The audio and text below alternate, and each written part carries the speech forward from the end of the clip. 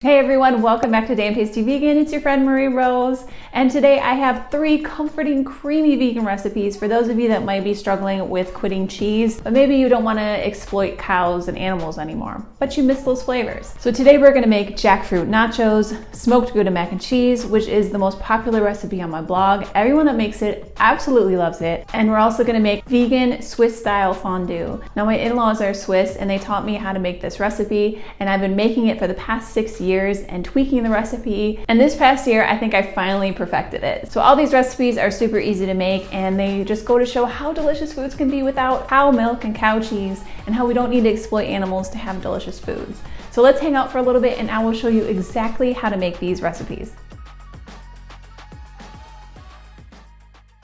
First thing you want to do is get a piece of garlic, cut off the ends so that it's nice and flat, just like that. And then you want to rub the garlic on the inside of your fondue pot. And then you want to get a dry white wine and add a cup of it to the fondue pot. Turn your heat on to a medium-low. And my mother-in-law likes to chop up the garlic and add it to the white wine at this point. So now you want to get your wine up to a simmer.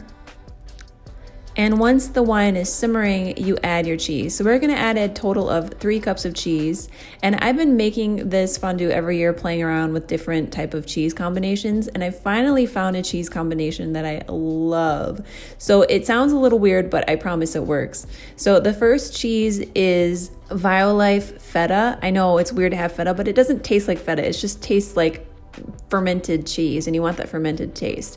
And then chow, and then provolone, follow your heart. So you want to add all 3 of those cheeses to the pot and constantly stir on a low simmer until all of the cheese melts and the alcohol from the wine starts to cook off a bit. And once the cheese is melted, you add your seasonings. So I add a dash of paprika, a dash of white pepper, and a dash of nutmeg. You can choose to keep the white pepper out of it if you don't have that on hand, but at least do the nutmeg and the paprika. And then you want to add a couple squeezes of lemon. And now at the very end, traditional Swiss fondue calls for kirsch, which is kind of like a bitter cherry liqueur, but we didn't have that on hand, so we just use cognac. You can also use brandy. So you want to dissolve a tablespoon of cornstarch in the cognac, and then you add it to the fondue once it's just about ready to serve. So the cornstarch is going to thicken up the fondue. So you want to just cook this for another minute or 2 to cook off a little bit of the alcohol. We kind of added a little bit too much cognac and it tasted pretty powerful. So you only want to do like a tablespoon and a half of cognac.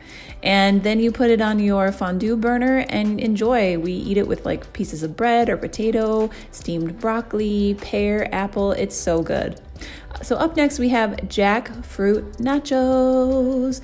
So first you want to saute your onions and then get your jackfruit. I had this bag of frozen jackfruit in my freezer for like 3 months. I found it at the Indian grocery store. Yeah, so you want to cook that down a bit and then you add all of your seasonings. I will link the recipe below so you can see all of the seasonings that I used. And then to make sure that everything cooks well together, I add a little bit of water. And then I added some chopped garlic, and then to cook this until the jackfruit starts to soften and peel apart and the seasonings just infuse into the jackfruit. To add a little bit more flavor, I added some soy sauce. So cook this down until the jackfruit starts to soften. This should take maybe 5-10 minutes or so. Now spread out your tortilla chips in a pan and then add your shredded vegan cheese. I'm using Simple Truth Kroger brand cheddar for this. It actually tastes really good. This is my first time trying this brand of cheese. It was really delicious. So then you want to bake it for about 10-15 minutes until the cheese starts to melt, and then you just layer all of your favorite things on there. So you added the jackfruit, I added black beans, guacamole, lettuce, onions, vegan sour cream is a must on this, some salsa, just anything that you love. Just add it in there and enjoy. This is such a delicious and comforting recipe. And up next is one of my most popular recipes on my blog. This is a creamy smoked Gouda mac and cheese, and it is so easy to make. So instead of using vegan cheeses for this, we're using cashews as a base. So you want to get some raw cashews and soak them in boiling water for about 10 minutes to soften the cashews. And this is all the ingredients in the cheese sauce, and you just blend it all together. So you have your cashews, garlic powder, onion powder, salt, cornstarch, nutritional yeast, liquid smoke. If you don't have liquid smoke, then you can use smoked paprika and a little bit of lemon. And then to make it a little bit more rich, you can add some vegan butter. It's optional. If you want to keep it out, you can keep it out, make it a little bit more healthy. But if you want it to be nice and rich, then you add that vegan butter in there. And then just blend it until it's smooth. And again, all of these recipes will be below so you can see the ratios of all of the ingredients. And then you want to cook your noodles. I always like to salt the water just to add a little bit of extra flavor.